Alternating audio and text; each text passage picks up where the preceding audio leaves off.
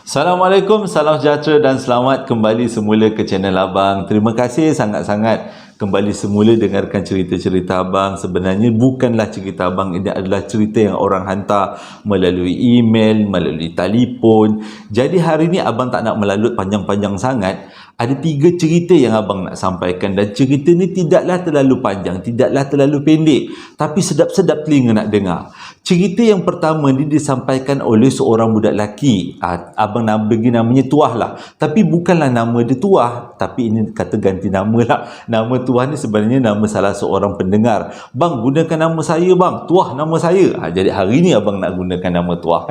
Sebab nak jadikan cerita tuan punya yang bagi cerita ni pun tak kasihlah gunakan nama dia. Ganti nama lah dia kata bang. Guna nama orang lain, jangan nama dia. Berlaku pada tahun 2015 dekat Subang Jaya, Selangor. Memang best cerita dia. Cerita kedua pula disampaikan oleh seorang budak lelaki, abang namakan dia sebagai Lutfi.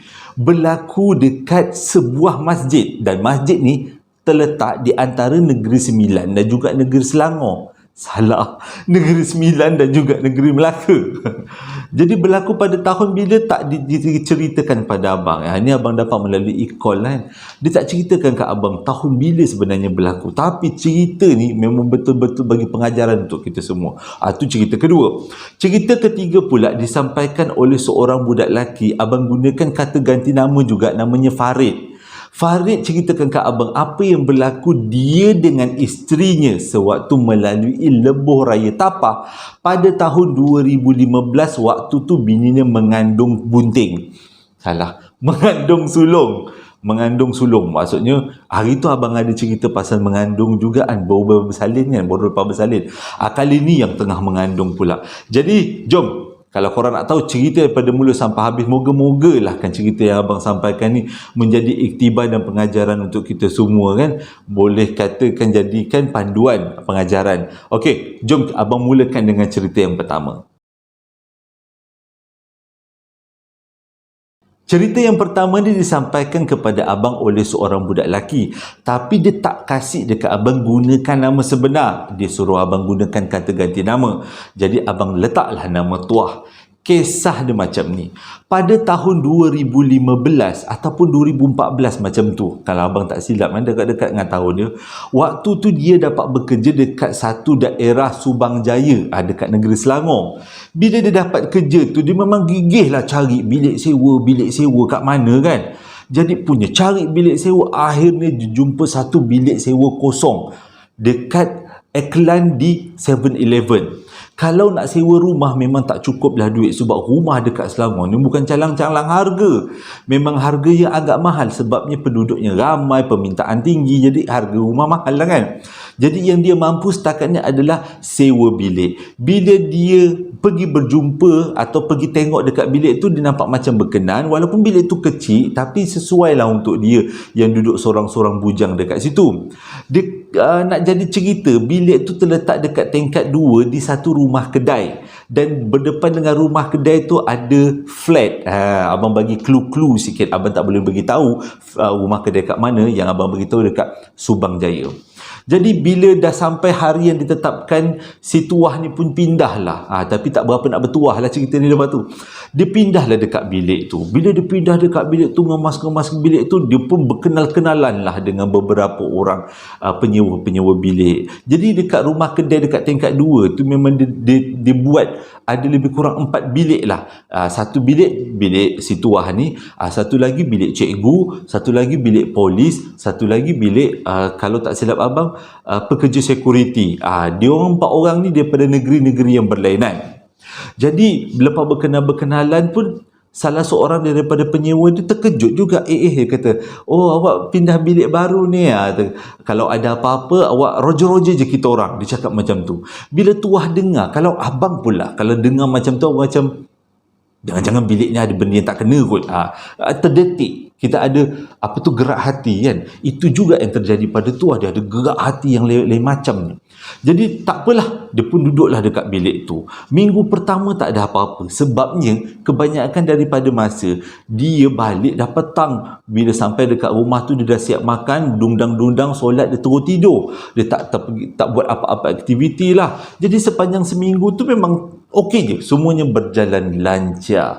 Ceritanya, bila masuk minggu kedua, waktu tu, bila dia dah rasa selesa dekat bilik tu, dia pun pada satu hari, kalau tak silap hujung minggu, dia tak balik kampung pada waktu tu. Selalunya hujung-hujung minggu lain, dia balik kampung. Tapi nak jadi cerita lah, tahun 2015 ni, dia tak balik kampung pada satu hujung minggu. Waktu tu budak-budak rumah dia yang lain semua tak ada. Yang cikgu, yang polis, yang security. Maklumlah hujung minggu anak-anak muda mestilah berterbiaran pergi melepak kat mana-mana. Tapi dia ni disebabkan tuah ni baru bekerja, dia tak adalah ada banyak duit untuk melepak-lepak. Jadi dia ambil keputusan duduk je lah dekat bilik tu. Jadi sepanjang hari dia habiskan masa dekat bilik tu dengan membaca, main handset, dungdang-dungdang. Jadi lebih kurang selepas, kalau tak silap abang, lebih kurang pukul 11 malam. Bilik tuah ni, nak jadi cerita, terletak dekat hujung sekali. Bersebelahan daripada bilik tuah ni ada dapur. Dekat dapur tu pula ada balkoni. Jadi lebih kurang pukul 10 nak ke pukul 11 malam, tuah ambil keputusan nak pergilah lepak-lepak dekat balkoni. Nak jadi cerita, dekat balkoni tu ada meja dengan kerusi kayu. Memang cantik kalau melepak dekat tingkat 2 pula. Rumah tu pula menghadap kawasan bandar, berterang-terang cahaya. Jadi bila lepak-lepak waktu malam sambil mengopi-ngopi, rasa tenang lah juga kan. Jadi pukul 10.30 pun dia siap godak kopi, dia pun keluar ke balkoni yang terletak sebelah dengan dapur. Minumlah dia kopi. Minum punya minum sambil-sambil main handset, merewang-rewang, berberangan-berangan. Tiba-tiba dia dengar ada orang berjalan. Berjalan dekat kawasan bilik dia. Maksudnya di kawasan bilik dia dan kawan-kawan dia. Dia ingat kawan dia. Jadi dia tunggu je lah tapak kaki tu bergerak ke arah dapur. Bila sampai tapak kaki tu kat dapur, tapak kaki tu senyap pula. Dah tak ada berjalan. Dia pun macam, siapa pula yang datang? Dia tunggu-tunggu juga tapak kaki tu menghala ke dapur, lepas tu memuncul kat depan dia. Tapi tak ada siapa yang muncul. Okeylah, dia terus je lah minum kopi. Selang beberapa minit, dia dengar lagi tapak kaki kedepek, kedepek, kedepek, kedepek. Dia tunggu lagi siapa pula yang jalan ke arah dia. Tapi bila sampai dah dekat dengan dapur, bunyi tapak kaki tu hilang. Dia dah tak sedap hati juga. Ni apa benda pula ni yang nak jadi ni? Okey, dia tunggu, relax. Kali ketiga, dia dengar tapak kaki tu kelepek, kelepek, kelepek. Kali ni memang dia tak boleh lah. Dia bila dengar tapak kaki tu hampir menghampiri dapur, dia pun terus bangun, masuk ke dalam. Dia tengok siapa pula yang bertapak. Tak ada siapa. Tak ada seorang pun yang ada dekat kawasan tu. Memang kawan-kawan dia yang 3 orang lagi tu memang tak ada dekat dalam bilik masing-masing, semuanya keluar. Dia dah rasa tak sedap hati. Dia tengok jam. Jam menunjukkan lebih kurang pukul 12.30 malam. 12.30 pagi. Jadi bila dah 3 kali dia dengar tapak kaki yang sama, dia rasa macam tak sedap hati. Dia nak buat apa ni? Okey, tak apalah, dia duduk kejap lagi lah. Duduklah. Tengah-tengah dia duduk, dah waktu tu pukul 11 nak ngala ke pukul 1. Kali ni dia tak dengar tapak kaki, tapi dia dengar macam tapak kaki berseret. Set, set, macam tu. Kali ni dia terus bangun, dia terus toleh masuk dekat dalam rumah. Dia tengok siapa pula yang bersihit. Tak ada siapa. Dia tak nampak sebayang orang pun. Ini tak boleh jadi. Dia kata, dia terus masuk dekat dalam bilik dia. Mujur bilik ni dia bersebelah dengan dapur. Dapur pula bersebelahan dengan balkoni. Memang dekat dia lah. Dia terus masuk bilik dia. Pom! Dia tutup pintu. Dia duduk dekat dalam bilik dia. Bila duduk dekat dalam bilik dia, dia main-main handset. Waktu ni dia dekat pukul 1 dah. Tiba-tiba dia dengar tapak kaki mundar-mandir depan bilik ni. Mula-mula ke depan, lepas tu kelepak-kelepuk ke belakang. Apa kelepak-kelepuk ke depan balik. Tu ke dapur.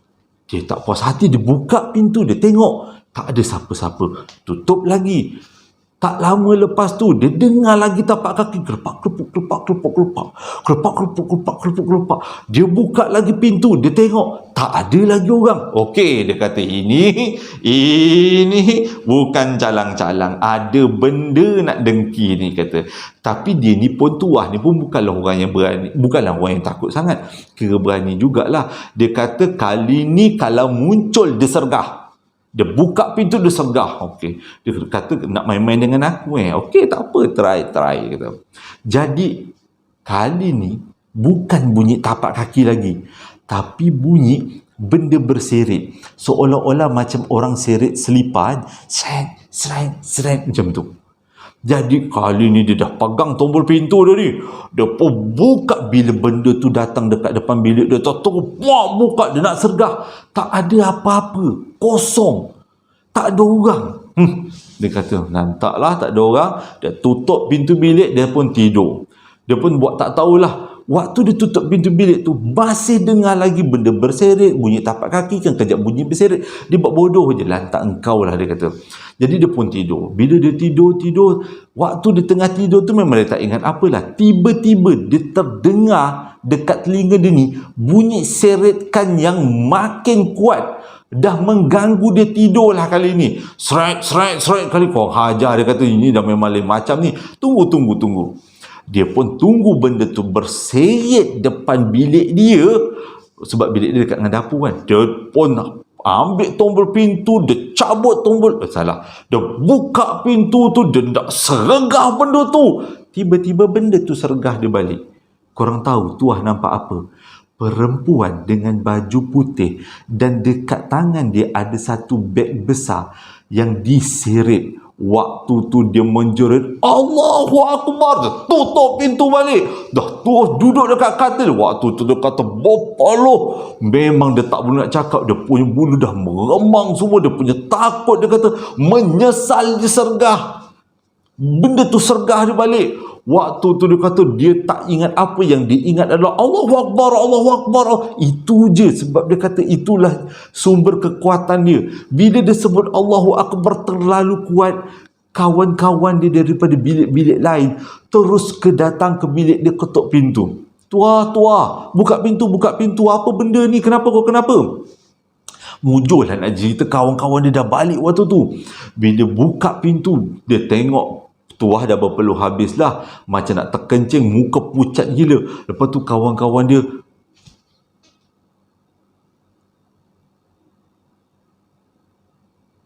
ada benda sentuh. Sial lah. Aduh, Allahu Akbar. Allahumma salli ala sayyidina Muhammad. Okey. Jadi okey. Penampil saudara abang tidak warna merah, ada warna biru. Okey, maksudnya tak ada apa-apa yang kotor lah. Okey, jadi bila kawan-kawan dia tengok, tuah kau okey tak? Dia kata, tuah tu teruslah cerita, weh, aku nampak ada perempuan dekat depan pintu bilik aku, dia bawa beg. Kawan-kawan dia terus berpandang satu sama lain. Weh, tak boleh jadi ni. Kata kawan dia, kita kena cerita dekat tuah ni. Lepas tu tuah pandanglah, ada cerita pelik ke dekat rumah ni? Kata. Lepas tu kawan ni yang seorang cikgu ni beritahu, sebenarnya bilik yang kau sewa ni bukan bilik sebarangan. Dulu dah ada orang sewa bilik ni, tapi selang 3 hari cabut. Tak tahan. Kau tahu kenapa? Dulu rumah kita ni disewa oleh budak perempuan. Oleh geng-geng perempuan, bukan geng-geng lelaki. Dan bilik engkau ni sebenarnya dulu ada seorang perempuan meninggal dekat dalam bilik ni, dan katanya dia meninggal sebab bersalin, tapi tak tahu betul ke tidak. Dia kata meninggal bersalin ke meninggal bunuh diri, lebih kurang macam tu lah. Bila tuah dengar macam tu, mengucap panjang dia la ilaha illallah Muhammadur Rasulullah, dia kata, hei, kenapa korang tak beritahu aku? Dia kata, taklah, ingatkan tak ada apa-apa, sebab bila tengok kau seminggu duduk macam okey je, jadi kita orang ingat dah tak ada lagi gangguan tu. Dia kata, memang penyewa dulu pun beritahu benda yang sama. Ada budak perempuan datang berdiri dekat depan bilik dia. Mungkin seolah-olah, kononnya lah, mungkin ada roh datang nak melawat bilik kot. Untuk tengok bilik dia, tempat dia meninggal ke macam tu. Bila tuah dengar, malam tu tak tidur dah bilik tu. Dia duduk bilik kawan dia. Lepas tu mengikut cerita tu, wah, selang 2 hari dia pindah rumah lain. Dia tak nak duduk rumah tu, dia kata. Dia pindah dekat flat berdepan dengan rumah kedai tu.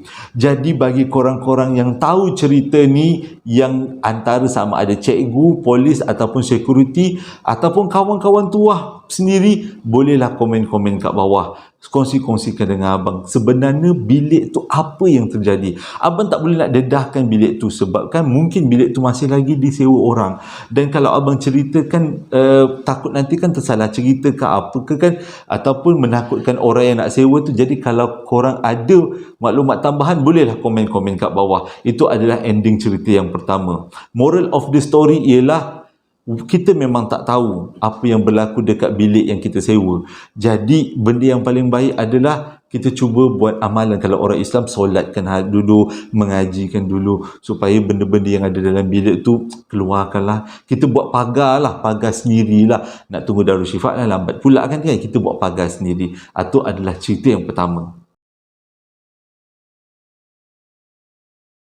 Cerita yang kedua pula disampaikan oleh seorang budak lelaki namanya Lutfi. Tapi abang tak sempat nak tanya dekat dia tahun berapa berlaku. Ceritanya macam ni. Lutfi ni dia bekerja dekat Negeri Sembilan. Tapi memang kerjanya merayau satu Malaysia, terutama dekat kawasan selatan, Negeri Melaka, Negeri Johor. Sebab dia ni bekerja dengan satu syarikat lah, syarikat penjualan lah, dengan cerita penjualan. Dan tugas Lutfi ni adalah untuk mengutip hutang dekat syarikat-syarikat kecil yang lain, yang dah dijual barang tu nak kutip hutang lah kan. Jadi itu adalah tugas Lutfi. Jadi memang kebanyakan masa Lutfi tak ada dekat office, dia memang selalu bekerja dekat luar. Jadi dia memang banyak kali solat dekat luar, makan dekat luar, dan dia solat dekat banyak-banyak masjid. Terutama di antara masjid Negeri-Negeri Sembilan dengan juga Negeri Melaka. Sebab dekat kawasan-kawasan situ memang dia jagalah selama ni.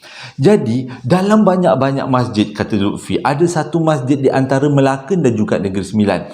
Kawan-kawan dia bagi tahu kalau semayang dekat masjid ni hati-hati.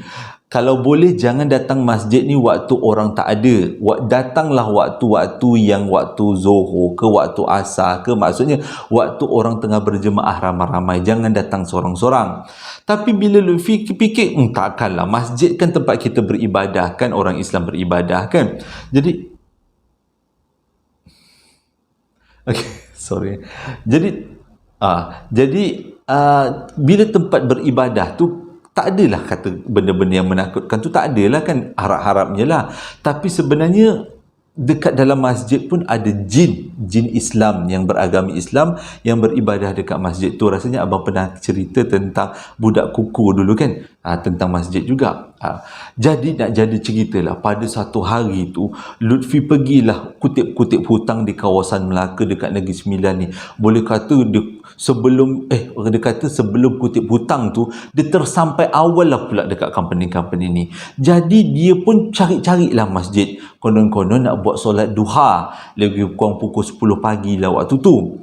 Jadi dia cari-cari, dia nampaklah masjid yang kawan dia cerita, yang katanya jangan pergi waktu tak ada orang tu kan. Tapi dia fikir tak adalah, tak ada apalah. Dia pun masuklah dekat pekarangan masjid. Dia perasan dekat depan masjid tu ada gerai jualan. Dia masuklah kat pekarangan masjid, dia pun keluar daripada kereta, dia bercadang nak solat duha dekat masjid tu. Jadi dia pun turun daripada kereta, lepas tu dia pun ambillah semayang. Tapi nak jadi cerita, tempat dia ambil semayang tu dia kena melintasi van jenazah tau. Tapi waktu dia melintasi van jenazah tu, dia rasa macam ada benda yang tengok dia daripada dalam van jenazah tu. Walaupun dia tak nampak, tapi dia rasa hati dia ada yang tak kena. Ada macam pelik lah van jenazah ni. Tapi mungkin banyak kali bawa jenazah, jadi mungkinlah ada sesuatu yang kita pun tak nampak lah kan. Jadi lepas ambil semayang, dia pun naiklah dekat atas masjid. Bila naik atas masjid, dia pun buatlah solat. Waktu dia tengah angkat takbir, dia perasan dekat belakang dia macam ada bayang-bayang. Rasa macam ada benda. Dia kata rasa macam pergerakan sesuatu. Okay. Jadi waktu dia semayang tu, dia cuba buat serukuk lah. Dia cuba buat sekusyuk habis. Dia buat sekusyuk habis, dia nak lupakan kalau ada benda dekat belakang. Mungkin dia kata ada jin-jin Islam yang tengah nak semayang, ikut-ikut semayang duha dia. Tak apalah, dia pun solatlah 2 rakaat. Bila dah habis 2 rakaat, dia pun carilah dinding. Dengan kata lain, dia nak bersandar dekat dinding tu sambil-sambil dia berzikir. Dia tengok kat situ ada tasbih. Jadi nak pergi kutip hutang ni lambat lagi kan, masanya berjumpa dengan ahli company tu. Jadi dia ambil peluang untuk berduha, solat duha dengan solat bertasbih dekat masjid. Bagi kawan-kawan abang yang ada dalam ni bukan beragama Islam, solat duha tu adalah solat sunat. Dia sebenarnya sama je macam solat-solat yang ada, cuma dia ni 2 rakaat. 2 rakaat dan dia dibuat sebelum waktu zuhur. Tujuannya adalah untuk memohon dibanyakkan rezeki, dibanyakkan rezeki, diberi kesihatan yang baik. Itu adalah solat sunat duha lah. Orang Islam selalu buat, abang jarang buat. Okey, kita cerita. Okey. Jadi lepas habis mayang, dia pun teruslah, Lutfi teruslah berzikir, gunakan tasbih yang ada dekat masjid. Tengah berzikir, Allahu Akbar, Allahu Akbar, Allahu Akbar, dia tak perasan, dia dah terlelap pada waktu tu. Waktu dia terlelap tu, dia nampak daripada jauh ada seorang lelaki datang ke arah dia sambil berjalan sangat perlahan. Berjalan, tapi waktu tu dia kata, dia ni mimpi, dia kata. Tapi dia nampak. Dia tahu dia tertidur, tapi dia nampak. Bila lelaki tu dah dekat dengan dia, lelaki tu goyang ke lutut dia. Waktu lelaki tu goyang lutut dia, dia terus terjaga. Dia terus rasa macam, oh sudah, siapa yang goyang lutut aku tadi? Sebab dia tak boleh rasa benda tu pegang lutut dia. Jadi dia pun ambil keputusan, lebih baik belah daripada sini sebelum apa-apa yang berlaku. Jadi dia pun terus siap-siap ambil kemas-kemas barang. Dia pun turun daripada masjid tu, dia pun ke keluar masjid tu. Nak jadi cerita, dia punya kasut tu diletakkan dekat kawasan ambil wuduk tadi, dan ambil wuduk tu sebelah dengan van jenazah kan. Jadi lepas waktu dia pakai kasut tu, dia dengar dekat dalam van jenazah tu macam ada benda berbunyi macam tu. Dia tengok van jenazah tu, tikus ke kucing ke apa ke, oh dia tak nampak apa-apa. Dia pun terus ikat kasut, dia terus bangun. Bila dia dah jauh sikit daripada kawasan masjid tu, nak dekat dengan kereta dia tergerak nak pandang dekat van jenazah tu. Korang tahu apa yang Lutfi nampak? Gula-gula dalam van jenazah tengah duduk pandang dia. Dia yakin apa yang dia nampak, sebab waktu tu siang bukan malam. Waktu tu duha, lebih kurang pukul 11 pagi, lebih kurang. Dan dia yakin itu bukan orang, tapi itu adalah sesuatu. Sebab berdasarkan daripada bentuk tubuh, dan kita boleh nampak lah benda tu bukan manusia, kita boleh nampak lah kan. Jadi bila dia tengok gula-gula, gula-gula pun tengok dia. Tengok gula-gula balik, gula-gula tengok dia.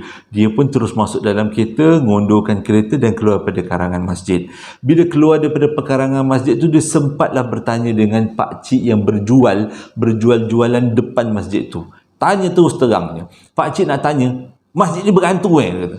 Tu pakcik cakap, bukan, masjid ni bukan berhantu, cuma masjid ni dia agak misteri sikit, dia kata. Cumanya pakcik pelik juga tadi kau masuk tiba-tiba dalam pekarangan masjid, sebab orang tak datang masjid ni waktu-waktu bukan waktu solat. Sebab semua orang kat sini tahu masjid ni ada makhluk-makhluk lain yang duduk, dia kata. Bila pakcik tu cakap macam tu, memang betul lah, memang tak menipu lah kawan dia. Memang betul lah yang dia nampak tu bukan makhluk-makhluk yang sebarangan. Jadi itu adalah kenangan yang dia kata antara kenangan terseram sepanjang dia bekerja.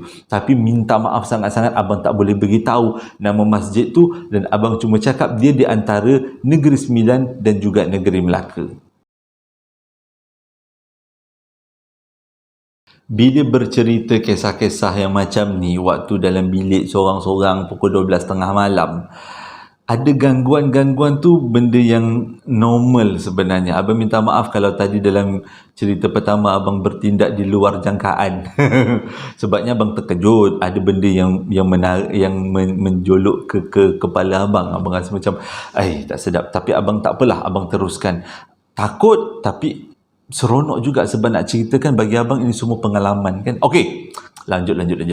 Cerita yang ketiga ni disampaikan kepada abang oleh seorang budak lelaki. Abang gunakan ganti nama iaitu Farid. Kisah ni berlaku pada tahun 2015. Waktu dia lalu dekat lebuh raya Tapah. Dia nak balik daripada Melaka nak ke Perak, nak balik ke rumah kat Perak.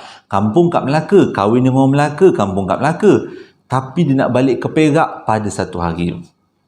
Waktu ni selalunya lah dia kata kalau dia balik kampung ke, dia balik dari kampung ke, dia nak balik ke kampung ke, memang selalu dia buat perjalanan pada waktu siang. Sebab dia ni bukanlah, si Farid ni bukanlah berani sangat. Dia kata bang, dia kata saya ni bukanlah berani sangat, jadi saya selalu waktu siang saya berjalan. Tapi bila banyak kali ulang alik Perak Melaka waktu siang, bini dia menegur jugalah. Dia kata sebab siang ni terlalu panas, kereta dia orang pula tak ada aircon, jadi terpaksa menahan panas siang tu tak sedap lah kan. Jadi bini dia minta lah, apa kata kali ni dia balik daripada Melaka ke Perak balik malam. Kita balik awal-awal malam lah bang, dia kata.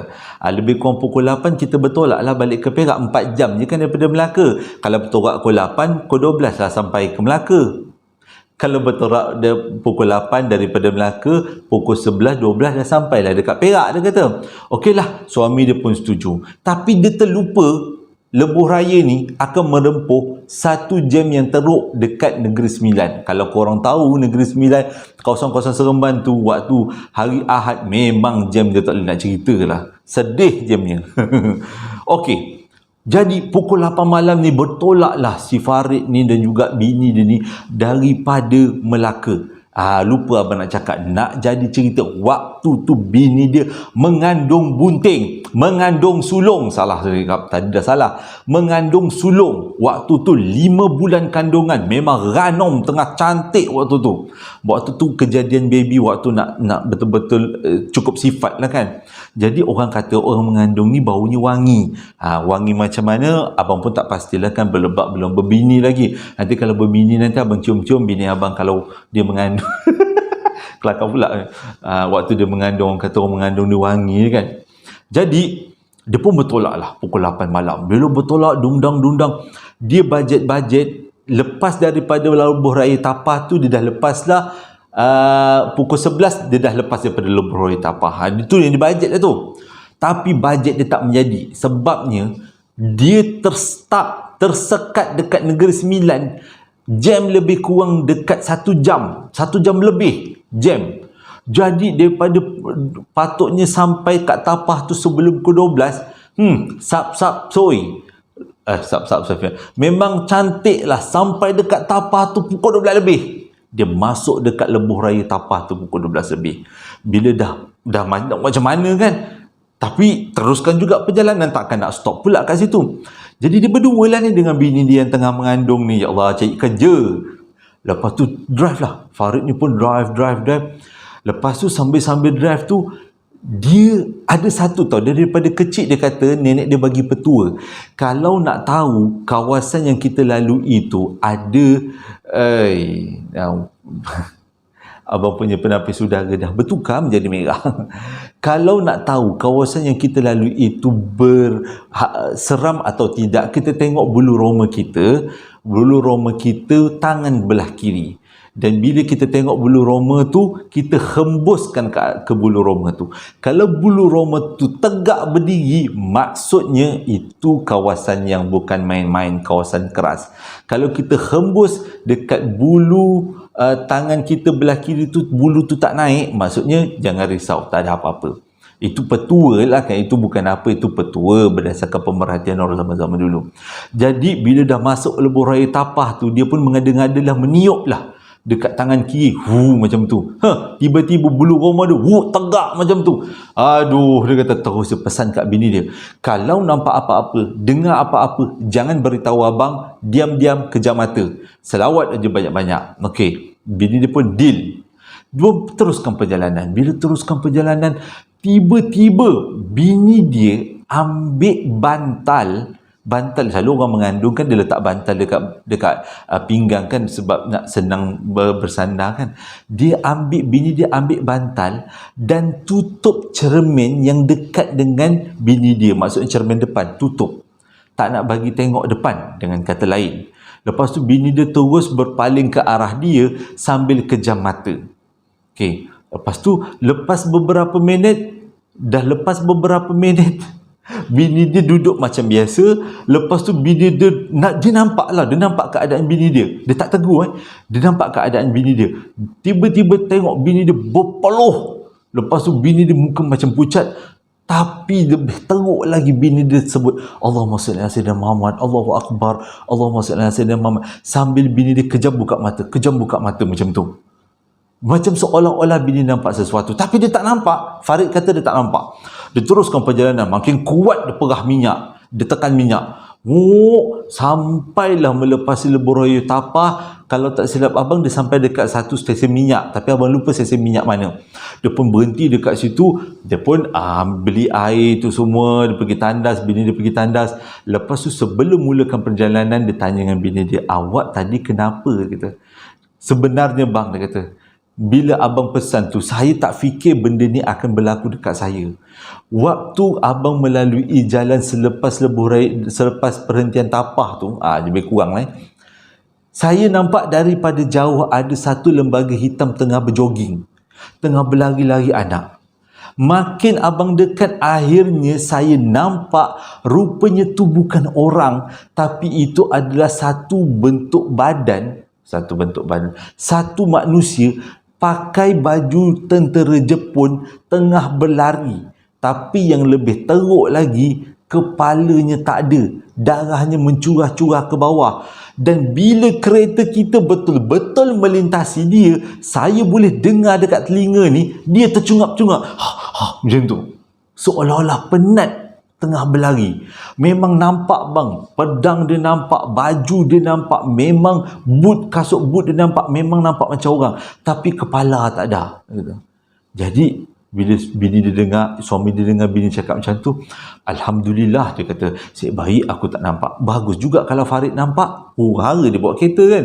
Dia bini dia nampak. Tapi bini dia katalah mungkinlah disebabkan oleh bini dia ni tengah mengandung bunting sulung 5 bulan, tengah ranum macam tu kan, mungkin menarik perhatian alam sebelah lah.